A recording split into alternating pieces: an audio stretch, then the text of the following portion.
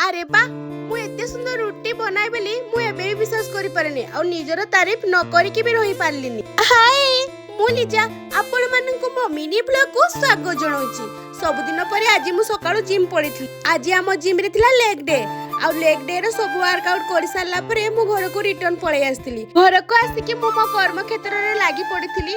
2-3 दिन हबो मो ब्लॉग आसु नथला काहे कि ना केते से मु सेम रूटीन गुडा को ही शेयर करी भाबी कि मते निजु को ही इरिटेट लागला। तो आपण मन देखुथिबे तो आपण मन केते इरिटेट लागुथबो सेडा भाबी कि मु वीडियो करनोथले। जदि आपण मन को इरिटेट लागुची तो मो वीडियो को स्किप करि परिबे और जदि देखिबा पई इच्छा नै ब्लॉग रो भी ऑप्शन अछि ब्लॉग करि परिबे। कुकुर तो बहुत अछंती पछाडे भकुचंती हेडा मते भी जणा अछि हेले से कुकुर संगे मते लागबा पई भी इच्छा नै। तो मो भाई को एठी मु दुकान पठै देइतिली कि जा किछि ग्रोसरी सामान नै कि पळे आसबो जेहेतु घरे किछि नथिला। तो मु भाबिली कि एबे तो पनिपरिबा आनी कि रोसई करि होबनी मोर सोयाबीन आनी आसे तो ताको मु सोयाबीन आनबा पई पठै देइतिला। जेहेतु समस्त सकाळ रोटी खांती तो मोठी समस्त को मई रोटी बनौतिली आ एते सुंदर रोटी बनाई बोली मु एबे भी मु विश्वास करिनी। आ एमती तो नॉर्मल मु एते रोटी बनाएनी तो जेबे भी मु बना इंडिया पाकिस्तान मोर सेफ हे जाय। आ आज पूरा पूरी गोल हे जतला मते बहुत खुशी लागुतला।